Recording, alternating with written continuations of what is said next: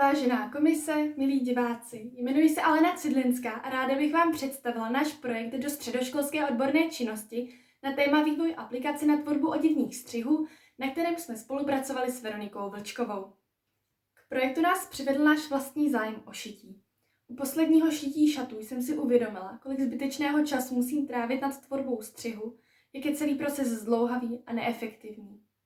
Při rýsování dochází k velkým nepřesnostem a existující aplikace na tvorbu střihu jsou velmi komplikované a drahé, takže pro amatéry, jako jsem já, se nevyplatí nic podobného kupovat.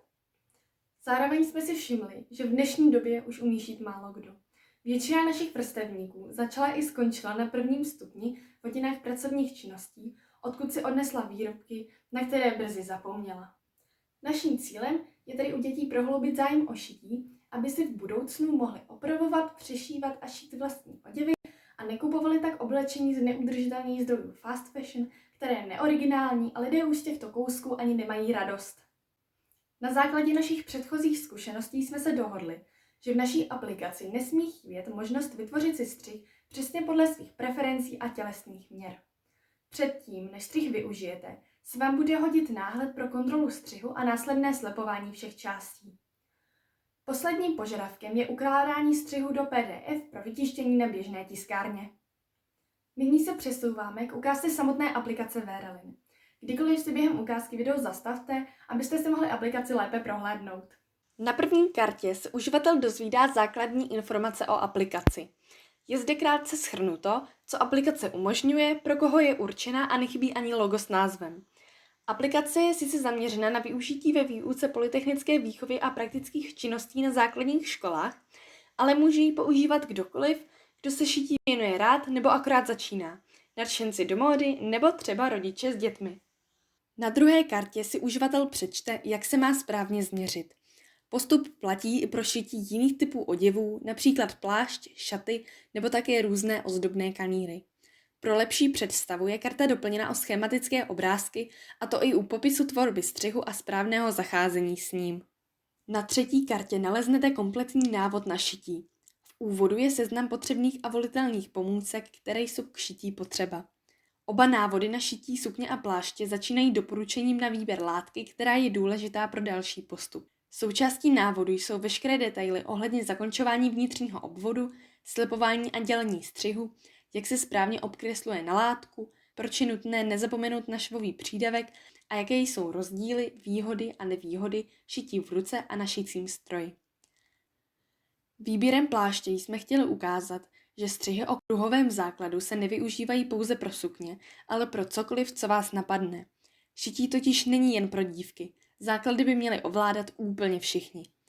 Pod návody se dočtete o možnostech zdobení oděvu, které podporuje estetické cítění, dále jaké základní typy stehů můžete využít a pro co jsou vhodné, a nakonec i o zakládání okrajů látky, aby se látka netřepila a oděv taktéž hezky vypadal. Čtvrtá karta obsahuje popisy typů sukní, jejich střihy si v aplikaci můžete vytvořit. Zvolili jsme obrázky sukní, protože jsou na nich dobře vidět rozdíly. Stále však zůstává, že veškeré informace platí i pro jiné typy oděvů.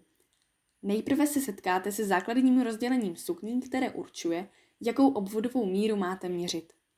Pod ním už následují střihy samotné. V jejich popisech se dozvíte například spotřebu materiálu, náročnost šití či pro jakou příležitost se hodí. Nyní se dostáváme k nejdůležitější části, a to ke kartě tvorba. Z rozbalovací nabídky si vyberete střih a do zadávacích polí vyplníte míry v centimetrech.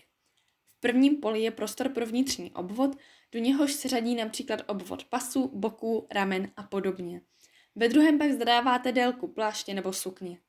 Doplnili jsme zde vlastnost pole, která zajišťuje, že vám nedovolí psát jiné znaky, než jsou číslice, takže se nemůže stát, že byste pole vyplnili slovy. V případě, že zadáte do obvodu vyšší hodnotu než 300 nebo do délky vyšší než 500, hodnota červená. To však nebrání vytvoření tak velkého střihu.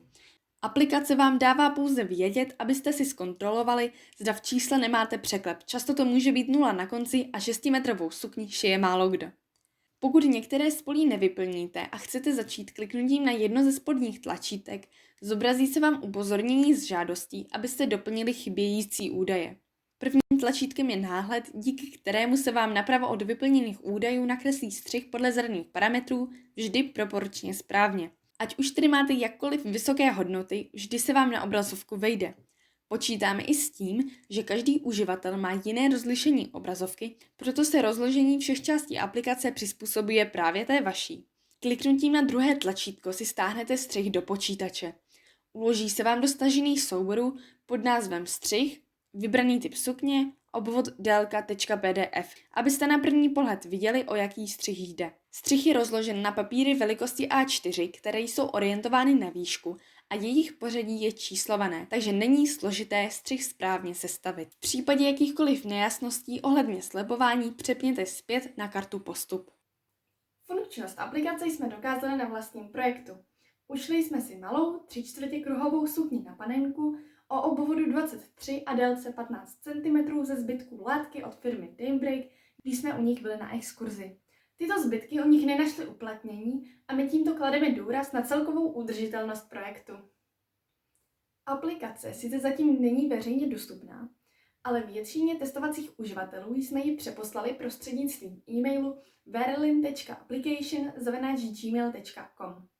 Součástí příloh jsou kromě balíčku s aplikací také 2 další soubory, a to certifikát zabezpečení a Windows App Runtime. Jak tedy aplikaci nainstalovat, když neobdržíte pouze jeden soubor, se dozvíte v poslední příloze, kterou je dokument s názvem Verlin. V něm se taktéž dočtete veškeré informace ohledně používání aplikace a jejich možností.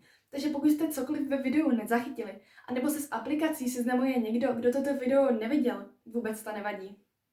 Pokud jste vyučující a aplikaci byste ve výuce využili, rádi vám poskytneme dokument, ve kterém jsme pro vás sepsali informace o možném průběhu výuky, kterým se můžete inspirovat. Na konci naleznete tabulku se shrnutím vyučovacích hodin, které jsou rozdělené na činnosti, jaké k nim potřebujete pomůcky, jak jsou časově náročné a jaké schopnosti a dovednosti jimi u žáků rozvíjíte.